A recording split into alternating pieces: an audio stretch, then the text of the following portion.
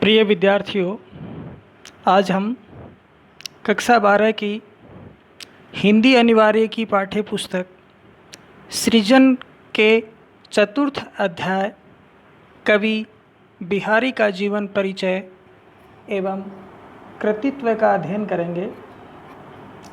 सबसे पहले हम कवि बिहारी का जीवन परिचय अध्ययन करेंगे। कवि बिहारी लाल का जन्म सन 1595 ईस्वी में ग्वालियर के बशवा गोविंदपुर में कवि केशव राय के यहाँ हुआ था। वे जाति के माथुर, चौबे या चतुर्वेदी थे। जब बिहारी 8 वर्ष के थे तब इनके पिता इन्हें ओरछा बुंदेलखंड ले आए तथा इनका बचपन यहीं पर बीता। युवावस्था में इनकी शादी होने पर इनके ससुराल मथुरा में इन्होंने समय व्यतीत किया, वहीं रहने लग गए। एक दोहे से भी ये बात प्रकट होती है, जन्म ग्वालियर जानिए खंड बुंदेले बाल, तरुणाई आई सुघर मथुरा बसी ससुराल। इनके गुरु नरहरि दास थे। इन्होंने संस्कृत, ज्योतिष, नीति शास्त्र आदि का अच्छा ज्ञान प्राप्त किया तथा दिल्ली के शहजादे खुर्रम, जो बाद में शाहजहाँ के नाम से दिल्ली के बादशाह बने, उनसे आगरा में इनका मिलना हुआ। इनकी काव्य प्रतिभा से प्रसन्न होकर शाहजहाँ इन्हें दिल्ली ले गए। वहाँ शाही दरबार में उन्हें प्रतिष्ठा मिली, मान सम्मान मिला। वहीं पर आमेर के राजा मिर्ज़ा जयसिंह ने इनकी वार्षिक वृत्ति बांध दी थी। अपनी वृत्ति लेने के लिए कवि बिहारी आमेर जयपुर पहुँचे। वहाँ पता लगा कि मिर्ज़ा राजा जयसिंह अपनी नवोढ़ा अर्थात जो नई रानी थी उसके प्रेम में इतने डूबे रहते थे कि महल से बाहर ही नहीं निकलते थे और राजकाज पर ध्यान नहीं देते थे। मंत्री आदि लोग इससे बड़े चिंतित थे, किंतु राजा से कुछ कहने की शक्ति किसी में नहीं थी। बिहारी ने नई रानी के मोहपाश से राजा को मुक्त करने के लिए एक दोहे की रचना कर राजा के पास इस दोहे को पहुंचाया। नहीं पराग नहीं मधुर मधु, नहीं विकास यही काल, अली कली ही सो भिंद्यो आगे कौन हवाल। कवि बिहारी ने अन्योक्ति के माध्यम से इस दोहे में राजा को संबोधित करते हुए कहा कि हे राजा, अभी तो ये जो आपकी रानी है वो फूल की अविकसित जो स्थिति होती है, कली अवस्था में है। न इसमें परागकण है, न ही इसमें मधुर मीठा रस उत्पन्न हुआ है और न ही अभी इसके विकसित होने का समय आया है। और आज ही ऐसी स्थिति में ही, अली का अर्थ है यहाँ पर भंवरे से, और कवि राजा को भंवरे के माध्यम से संबोधित करते हुए कहते हैं कि ये जो कली है, अर्धविकसित जो फूल की अवस्था है, इस पर अभी से तुम्हारी ऐसी स्थिति है, मतलब अभी इसी समय इसके मोह पास में बंधे हुए हो, आकर्षित हो रहे हो, तो आगे जब ये पूर्ण रूप से खिल जाएगी अर्थात पूर्ण विकसित हो जाएगी, युवावस्था आएगी, तब आपकी क्या स्थिति होगी। इस अन्योक्ति ने राजा पर मंत्र जैसा कार्य किया। वे रानी के प्रेम पास से मुक्त होकर पुनः अपना राजकाज संभालने लगे। वे बिहारी की काव्य कुशलता से इतने प्रभावित हुए कि उन्होंने बिहारी से और भी दोहे रचने के लिए कहा और प्रति दोहे पर एक स्वर्ण मुद्रा, जिसे असरफी भी कहा जाता था, देने का वचन दिया कि आप जितने दोहे रचेंगे उतनी आपको असरफी मिलेगी, और उन्हें स्थायी आजीविका के लिए एक जागीर दे दी गई। बिहारी वहीं आमेर नरेश के दरबार में रहकर ही काव्य रचना करने लगे और वहाँ उन्हें पर्याप्त धन और यश मिला। कवि बिहारी वहीं रहते हुए काव्य रचना करने लगे। उनकी पत्नी की मृत्यु हो गई, इससे वे बहुत दुखी हुए और लगभग 1 वर्ष बाद सन 1663 ईस्वी में आमेर में ही कवि बिहारी का निधन हो गया। रचनाओं की बात करें तो बिहारी की एकमात्र रचना सतसई है। सतसई का अर्थ है, सत का मतलब 7 और सई का अर्थ है सती अर्थात 100। इस सतसई में 700 से अधिक लगभग 713 दोहे हैं। सतसई में ब्रज भाषा का प्रयोग किया गया है। कवि ने भक्ति, नीति, श्रृंगार, प्रकृति चित्रण, ज्योतिष एवं बहुआयामी ज्ञान पर आधारित दोहों की रचना कर अक्षय कीर्ति अर्जित की है। मुख्य रूप से बिहारी सतसई में श्रृंगार के दोहे या श्रृंगार की अधिकता अधिक है। वे निम्बार्क संप्रदाय में दीक्षित हुए तथा राधा कृष्ण की भी भक्ति की। उनकी रचनाओं में उक्ति वैचित्र्य, अन्योक्ति, अर्थ गांभीर्य, अर्थ विस्तार, अलंकारिता तथा कल्पना की समाहार शक्ति का विलक्षण समावेश है। इसलिए उनकी समाहार शक्ति के कारण ही कहा गया है, सतसैया के दोहरे ज्यों नावक के तीर, देखन में छोटे लगे घाव करे गंभीर। अर्थात उनके बारे में कहा जाता है कि जो सतसई है उसके जो दोहे हैं, दोहरे का मतलब दोहे, वो नावक के तीर के समान हैं। यहाँ नावक का अर्थ है, 2 अर्थ आते हैं। पहला अर्थ है एक ऐसा निर्माता, तीर को बनाने वाला जिसका नाम नावक था, वो ऐसे छोटे तीर बनाता था जो बहुत तीखे होते थे, नुकसान अधिक पहुंचाते थे। दूसरा इसका अर्थ है वो ज़्यादा अधिक सटीक और सही है, वो यह है कि ऐसे तीर जो छोटे थे नाली में रखकर, नाली नुमा आकृति में रखकर चलाए जाते थे, उन्हें नावक के तीर बोलते हैं, यानी उन्हें नावक कहते हैं। जो देखने में छोटे होते हैं लेकिन गंभीर घाव करते हैं, चोट अधिक पहुंचाते हैं। इसी प्रकार के दोहे कवि बिहारी ने रचना की है। बिहारी रीतिकाल के सर्वाधिक अभिव्यक्ति सक्षम कवि माने जाते हैं। इसलिए उनके संबंध में कहा गया है कि उन्होंने गागर में सागर भरा है। बिहारी ने अपनी सतसई में छोटे से छंद में जिस ढंग से विशिष्ट और गंभीर प्रसंगों को पिरोकर उनमें तदनुरूप भावों को भरने की कोशिश की है, वह पूरे रीतिकाल में बेजोड़ है। इससे बिहारी की भाव व्यंजना और भाषा सामर्थ्य का पता चलता है। सबसे पहले पहला दोहा लेते हैं जिसकी हम शय प्रसंग व्याख्या करते हैं।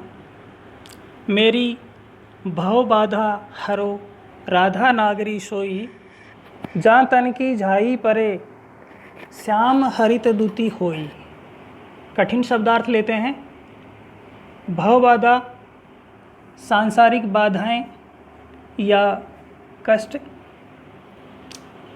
नागरी चतुर, सोई वही, जां तन की जिनके शरीर की, झाई परे, झाई परे का अर्थ है झलक, पड़ना, दिखाई देना। श्याम, श्याम के यहाँ श्लेष अलंकार का प्रयोग हुआ है। इसमें कई अर्थ हैं। पहला है श्याम श्री कृष्ण के लिए आया है। दूसरा श्याम है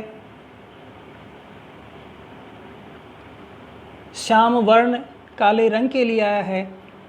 और तीसरा अर्थ यहाँ पाप कार्यों के लिए है। हरित दूती के भी 3 अर्थ हैं यहाँ, श्लेष अलंकार है यहाँ पर भी। तो हरित दूती का अर्थ है पहला यहाँ प्रसन्नता या हरा होना। दूसरा अर्थ है यहाँ पर हरे रंग का होना। और तीसरा जो यहाँ अर्थ है चमकना या प्रसन्नचित्त होना। अब प्रसंग लिखते हैं। प्रस्तुत दोहा बिहारी द्वारा रचित बिहारी सतसई से लिया गया है, जिसमें कवि बिहारी राधा की स्तुति करते हुए कहते हैं कि हे राधा, आपके दर्शन मात्र से श्री कृष्ण प्रसन्न हो जाते हैं। तो इसी प्रकार से आप भी मेरी स्तुति को सुने, मेरी भवबाधा को हरें। व्याख्या लिखते हैं। कवि बिहारी कहते हैं, हे राधा, आप तो बहुत चतुर हैं, इस कारण से मेरी आप जो सांसारिक कष्ट या बाधाएं हैं उनको हरो, उनको दूर करने का काम करो। क्योंकि आपकी शरीर की दर्शन मात्र से श्री श्याम हैं वो प्रसन्नचित्त हो जाते हैं, वो खिल जाते हैं। इसी प्रकार से आप मेरे पर भी दया करते हुए मेरी जो सांसारिक कष्ट हैं, तकलीफ़ें हैं, उनको दूर करो, उनको हरने का काम करो। श्लेष के कारण इसका दूसरा अर्थ ये होगा कि हे चतुर राधा, आप मेरे सांसारिक कष्टों को दूर करें, तकलीफ़ों को दूर करें। क्योंकि आपके शरीर के दर्शन मात्र से या झलक पड़ने से ही जो पूरे पाप हैं, श्याम का अर्थ यहाँ दूसरा पाप कार्यों से है, वो पाप धुल जाते हैं, पाप नष्ट हो जाते हैं और पुण्य का फ़ायदा मिलता है।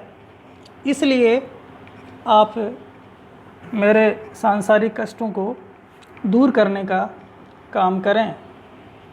इसी प्रकार से तीसरा जो अर्थ है वो इस प्रकार से हम लेंगे कि जो प्रथम पंक्ति का तो वही अर्थ है कि हे चतुर राधिका या राधा, मेरी आप सांसारिक कष्टों को दूर करें। क्योंकि आपके दर्शन मात्र से, आपके झलक पड़ने मात्र से, आपकी छाया पड़ने से जो काला वर्ण है वो हरे रंग का हो जाता है। अर्थात यहाँ राधा का जो रंग है वो पीत वर्ण की है और जो कृष्ण हैं वो श्याम रंग के हैं। तो जब पीत और श्याम वर्ण मिलते हैं तो हरे रंग का आभास होता है, हरा रंग बन जाता है। कवि को यहाँ पर रंगों का ज्ञान भी था और वो इसके माध्यम से यही कहना चाहते हैं कि हे चतुर राधिका, आपके गौर वर्ण के झलक मात्र से जो श्याम हैं वो कृष्ण रंग के हैं, काले रंग के हैं, वो हरे रंग के अर्थात प्रसन्न हो जाते हैं। यही यहाँ बताया गया है। विशेष में लिखेंगे भाषा सरस और प्रभावपूर्ण है। दूसरा बिंदु लिखेंगे कवि ने राधा की स्तुति के साथ साथ अपनी आलंकारिक शब्दावली से अर्थ में चमत्कार भी उत्पन्न किया है। तीसरा बिंदु लिखेंगे श्याम तथा हरित दूती में श्लेष अलंकार है। चौथा बिंदु हम यहाँ पर लिखेंगे बिहारी पर राधा वल्लभ संप्रदाय का भी प्रभाव रहा है। इसी कारण सर्वप्रथम राधा की प्रार्थना की गई है। और अगला बिंदु हम लिखेंगे हरित दूती होई। ये एक मुहावरा है जिसका अर्थ होता है प्रसन्न होना।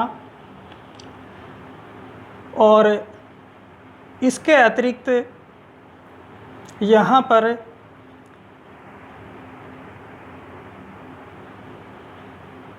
श्लेष अलंकार का चमत्कार उत्पन्न हुआ है। अब हम अगला दोहा लेते हैं।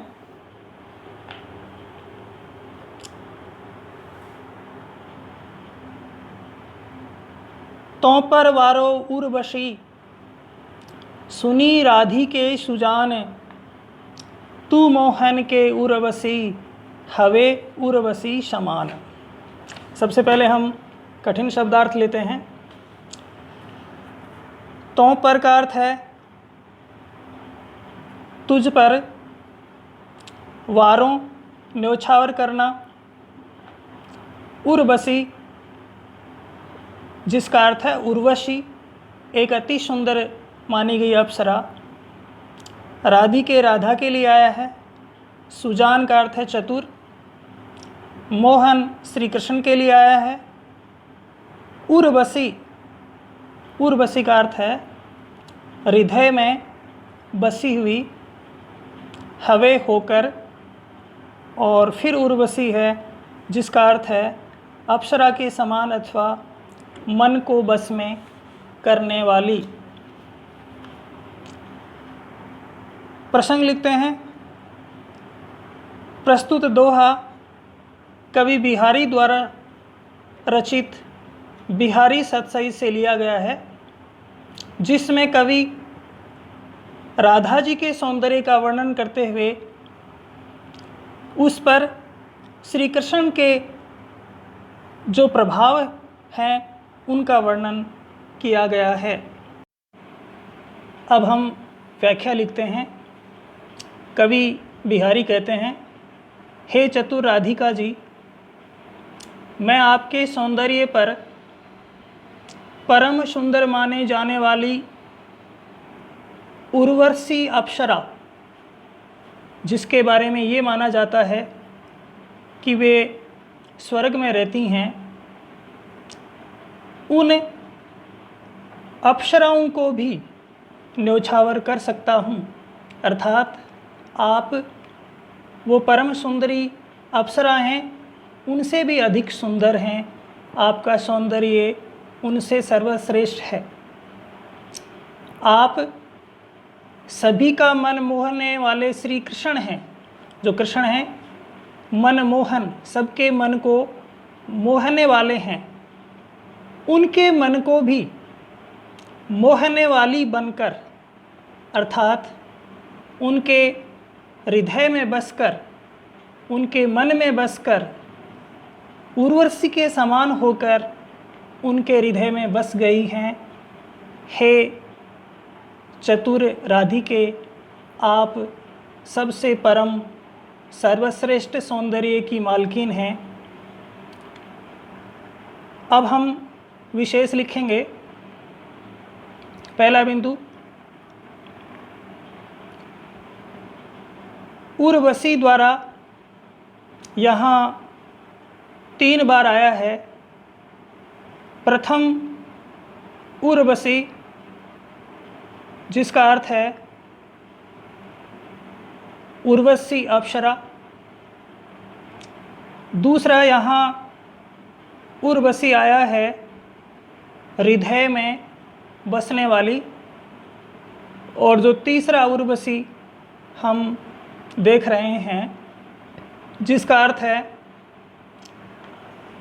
उर्वशी अप्सरा के समान बनकर अथवा मन को वश में करने वाली बनकर आने से यहाँ पर यमक अलंकार का चमत्कार उत्पन्न हुआ है। दूसरा बिंदु लिखेंगे, भाषा सरस और प्रभावपूर्ण है। तीसरा बिंदु लिखेंगे, ब्रिज भाषा का सुंदर प्रयोग किया गया है। चौथा बिंदु लिखेंगे, प्रस्तुतिकरण की शैली आलंकारिक तथा चमत्कार प्रदर्शन की है। और अगला बिंदु हम लिखेंगे, यहाँ पर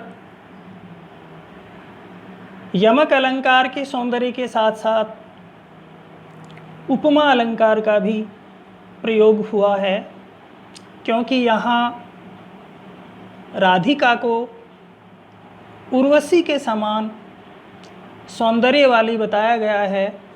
इस कारण से यहाँ उपमा अलंकार भी है।